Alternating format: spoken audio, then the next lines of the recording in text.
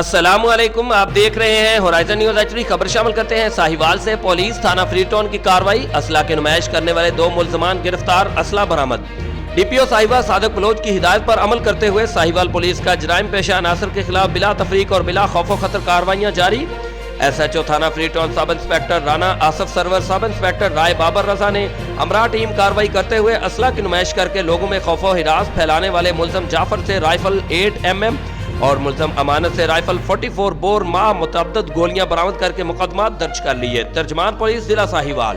Report محبوب چودھری، سرپرست اعلیٰ ہورائزن نیوز ایچ ڈی۔ مزید خبروں اور اپڈیٹس کے لیے ہمارے یوٹیوب چینل کو سبسکرائب کریں، بیل آئیکن کو پریس کر دیں اور ہمارے فیس بک پیج کو لائک کیجیے۔